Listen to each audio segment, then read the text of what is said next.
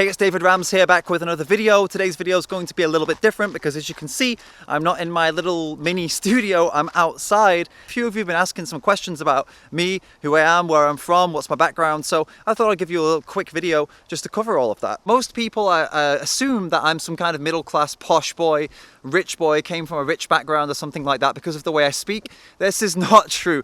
I speak like this because I've spent the last maybe 4 years around non-native English speakers, so my accent has become quite strange. I have to speak proper English or nobody understands me because I don't hang out with English people anymore. In reality, I come from a very lower class background, working class background.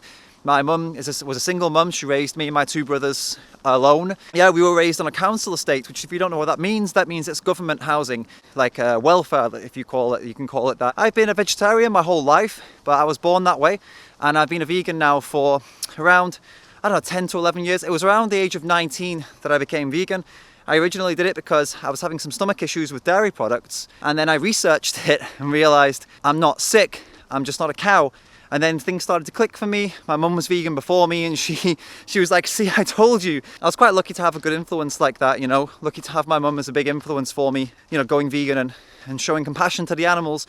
I was raised that way. I was always raised with compassion for the animals. Another common misconception people have of people like me, let's say activists, is that we are people that have maybe never had a job or don't know what the working world is like and all these things. That again is completely bullshit. I actually had a very successful career in human resources before I became an activist. I was a manager of a team.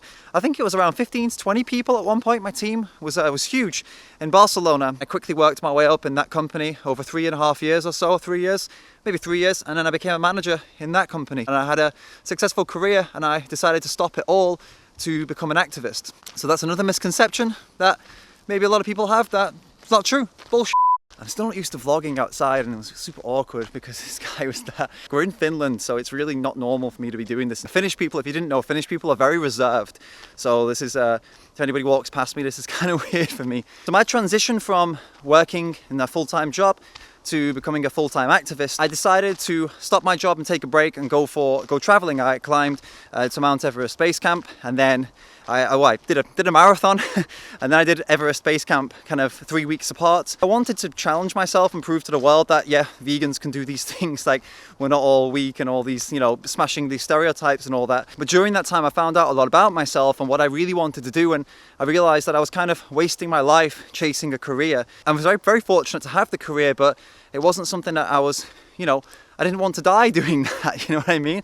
I realized that this isn't my end game here. This is not where I want to be, where I want to finish, and I love it. I love the job, and I had a great job, and you know, the pay was good and the lifestyle was great, but I realized that this is not my end game. I decided whilst I was traveling in India, I decided to not go back to the job and to try and put my heart into what I am passionate about, to put my time and my energy and everything, my money, into what I'm passionate about. And what I'm passionate about is animal rights. What I'm passionate about is these non-human animals and what they go through. And this is something that I've been passionate about for my entire life, but only really put 2 and 2 together in my later life. You know, not later life, I'm not that old, but you get my point. I made that change. I started firstly with workshops, giving free workshops on communications and communication skills that I'd learned from my old job, because obviously in my old job I had a lot of experience with communications. I firstly kind of taught people communication skills and how to communicate effectively. That was my first thing, and I was getting donations for doing that, and that worked for a while. I survived for a little while.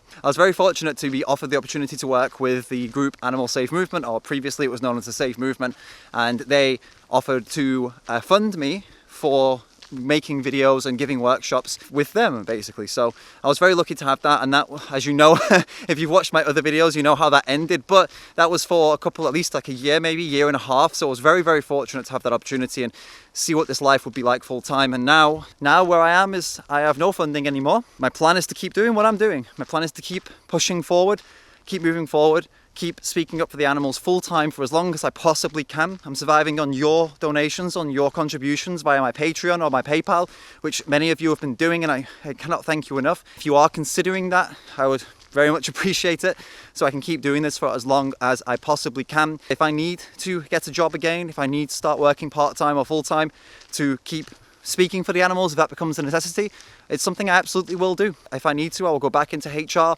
I'll go back into a career, but obviously I'd rather my 100% of my time go for animal rights. So that's brought you pretty much up to speed and up to date. Yeah, I hope this has inspired you. Now you know where I came from and my story. If you have a similar background, if you have a similar thing going on, I mean, I hope this inspires you and, you know, gives you a bit of incentive to maybe do the same thing. Maybe go full time and help me and help all the other people who are standing up for the animals and defending the animals. This could be the push you need. And if you need a sign, here's your sign. You know, if that's your passion, if that's what you want to devote your life to, the non-human animals, if this is your, you know it, you feel it, you want to do it, then do it.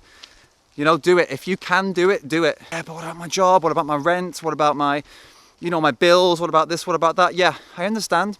These things can get in the way. They were in the way for me too.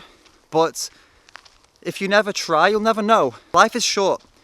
It really is. And what is life without taking a few risks? I took a risk. And so far it's worked out.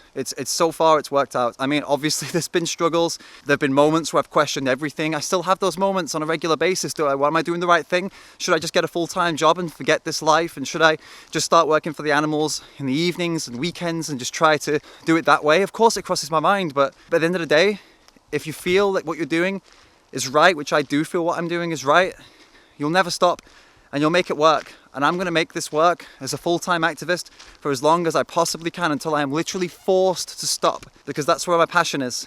And if that's how you feel, then I hope you'll do the same thing. Let me know if you enjoyed the video. Let me know in the comments.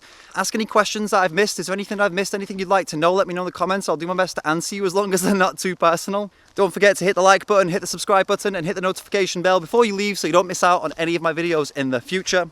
Thank you so much for watching, and I'll see you in the next video.